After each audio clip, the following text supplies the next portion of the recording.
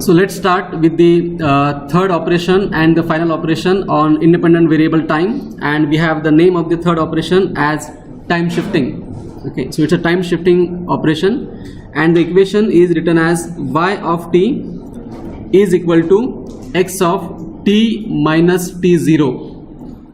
So remember, this is in shifting, we are representing x of t as x of t minus t0. Now t0 is some value, is a shift that is inserted in the time. So t0 is called as the time shift. Okay, now there are some variation. T0 can be greater than 0 and less than 0. So let's see what happens.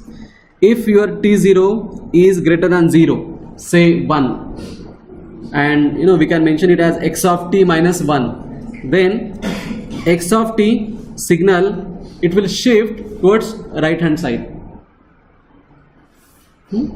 If t0 is greater than 0 means positive, say t minus 1, t minus 2, t minus 5, t minus 10 and so on. So for positive value of t0, signal will shift towards right hand side. It will simply slide on x-axis. On the other hand, if your t0 is less than 0 means negative, say t0 is minus 5, then how equation changes? It is y of t equal to x of t minus of minus of, it becomes t plus 5.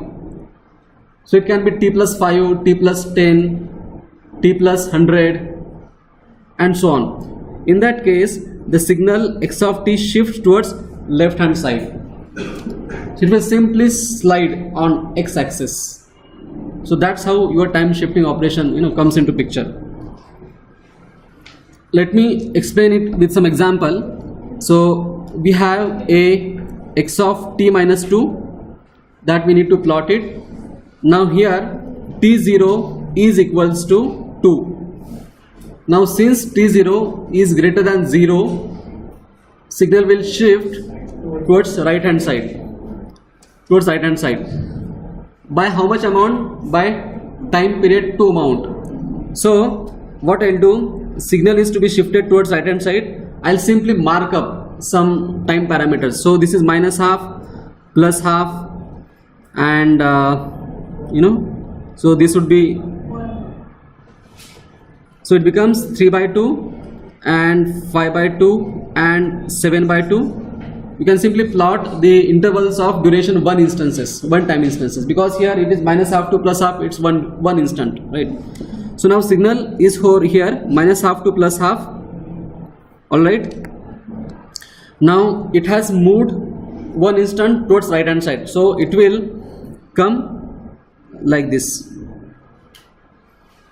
Okay, so we have shifted by one amount, but now since our time period is 2, we have to shift it one more times, right? And it will come over here, and then simply we can rewrite it as this one, and amplitude will remain same, but the time periods will be from 3 by 2 to 5 by 2. So that's your time shifting phenomenon.